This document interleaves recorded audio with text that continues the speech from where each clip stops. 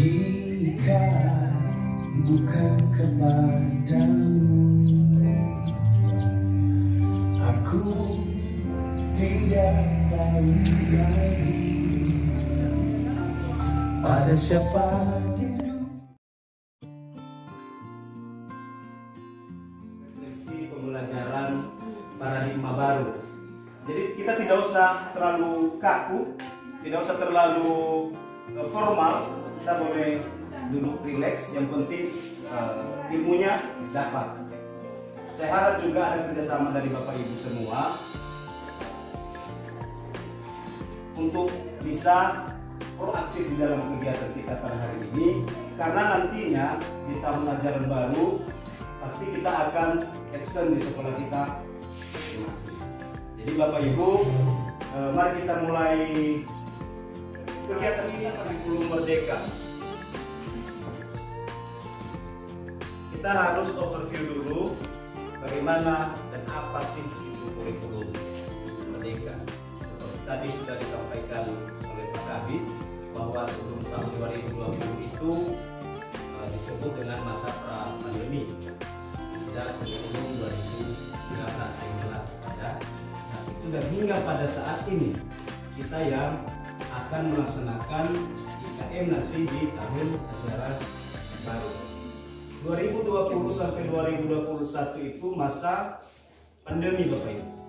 Masa pandemi, kurikulum 2013 dan kurikulum darurat yang pada masa itu anak-anak belajar di rumah.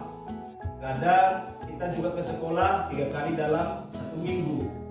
Bahkan 1 minggu tidak diperkenankan kita masuk sekolah. Kemudian pada masa pandemi, kurikulum 2013, kurikulum darurat dan kurikulum merdeka di sekolah penggerak dan sekolah menengah kejuruan program vokasi. Kemudian pada tahun 2022-2024 ada pemulihan pembelajaran, di mana kurikulum 2013, kurikulum darurat, dan kurikulum merdeka sebagai opsi bagi semua satuan pendidikan. 2024 nanti penentuan kebijakan kurikulum nasional berdasarkan evaluasi terhadap kurikulum pada masa pemulihan pembelajaran. Bapak Ibu yang saya hormati dan saya banggakan, kurikulum merdeka ini diberikan sebagai opsi tambahan bagi satuan pendidikan untuk melakukan pemulihan pembelajaran selama 2022 sampai 2024. Tahun 2022 kemarin sampai 2024. Kebijakan kurikulum nasional akan dikaji ulang pada tahun 2024 berdasarkan evaluasi selama masa pemulihan pembelajaran. Benang merahnya Bapak Ibu, kurikulum merdeka melanjutkan arah pengembangan kurikulum sebelumnya, di mana yang pertama orientasinya adalah holistik. Artinya bahwa kurikulum dirancang untuk mengembangkan murid secara holistik, mencakup kecakapan akademis dan non-akademis, kompetensi kognitif, sosial, emosional, dan spiritual. Tentu tahu kita ya, yang mana itu pengembangan murid secara holistik. Kompetensi bukan konten. Kompetensi itu artinya adalah kemampuan yang akan dicapai oleh setiap peserta didik di setiap fasenya nanti. Ya. Kurikulum dirancang berdasarkan kompetensi yang ingin dikembangkan, bukan berdasarkan konten atau materi tertentu. Yang ketiga, kontekstualisasi dan personalisasi. Kurikulum dirancang sesuai dengan konteks budaya, misi sekolah, lingkungan lokal, dan kebutuhan murid. Artinya bahwa kurikulum merdeka ini nanti kita sesuaikan dengan konteks sekolah kita, Bapak Ibu. Bisa aja kurikulum modul ajar nantinya di sekolah Botomili Silambo dengan yang di Orahili Paumasi bisa berbeda karena berbeda lingkungannya, berbeda karakteristik sekolahnya, berbeda kebutuhan anak-anaknya, berbeda sarana dan prasarannya. Jadi disesuaikan nanti dengan sumber daya sekolah tersebut. Boleh. Yang juga nanti ketika kita menyusun murid ajar.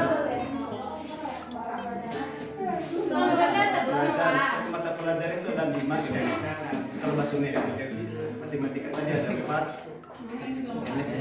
Kita ambil satu mata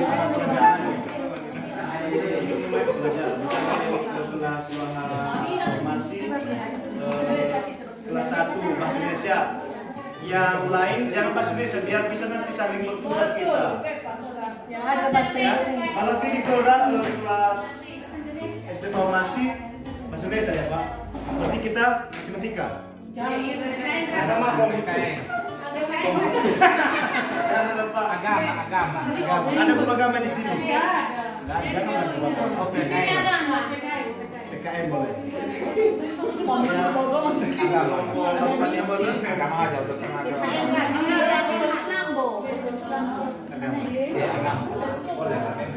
Agama IPA. Biar gampang nanti ibu agama menyusun TPA-TPA di tahun ajaran. Dan juga hasil hari ini bisa kita pakai ke depan. Iya ya.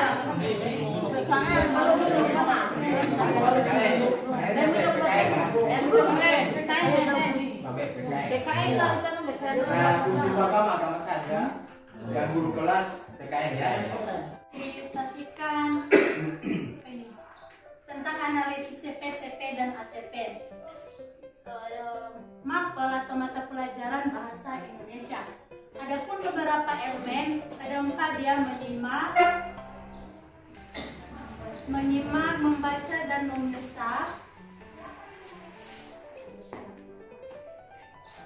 berbicara dan mempresentasikan serta dengan menulis ya. Pertama,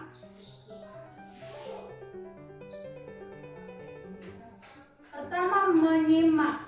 Yang menjadi daripada deskripsinya, menyimak adalah kemampuan peserta didik menerima, memahami, dan memaknai informasi yang didengar dengan sikap yang baik agar dapat menanggapi mitra tutur. Proses yang terjadi dalam menyimak mencakup kegiatan seperti mendengarkan dengan konsentrasi, mengidentifikasi, memahami pendapat, menginterpretasi tuturan bahasa dan memaknai berdasarkan konteks yang melantari tuturan tersebut. Komponen-komponen yang dapat dikembangkan dalam menyimak diantaranya kepekaan terhadap bunyi bahasa, sistem isyarat, kosakata, struktur bahasa atau tata bahasa, makna, dan metakognisi. Yang menjadi tujuan pembelajaran 1, di mana peserta didik mampu bersikap menjadi penyimak yang baik. 2, peserta didik mampu memahami pesan lisan dan informasi dari media audio, teks yang dibacakan dan atau didengar, dan Tidak masalah. Ini Pak, pengalaman karena kemarin kan saya pertama mendaftar itu Mandiri Berubah. Dengan ada itu di grup-grup kepala sekolah itu banyak yang Mandiri Belajar. Ya ikutlah di sana Mandiri Belajar. Karena maklum saya belum ada apa-apanya dengan IKM ini. Nah, makanya saya berubah menjadi Mandiri Belajar. Mandiri Belajar. Pas kesini ketemu sama Ibu Soyage barusan, dia bilang jangan Mandiri Berubah, kan pas dibicarakan tadi sama Pak Kadi mengenai ini. Dibilangnya Ibu Soyage, mana di sekolah Ibu? Saya bilang kami pilih nomor 2, Mandiri Berubah.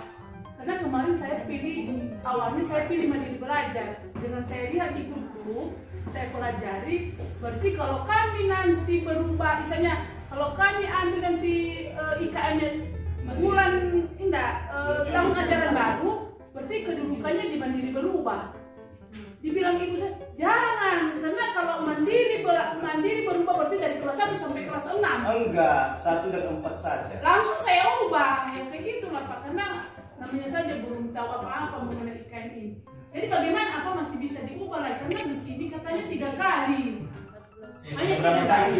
Inilah saya ceritakan sama Bapak. Pertama, kami mandiri belajar. Setelah saya lihat di grup, maksudnya saya mandiri berubah. Setelah bicarakan sama ibu saya tuh, maksudnya saya mandiri belajar. Kembali ke nomor 1. Iya. Tapi dari segi waktu tadi kan Pak tadi pelajaran apa semua ada. Kalau jumlah semua nanti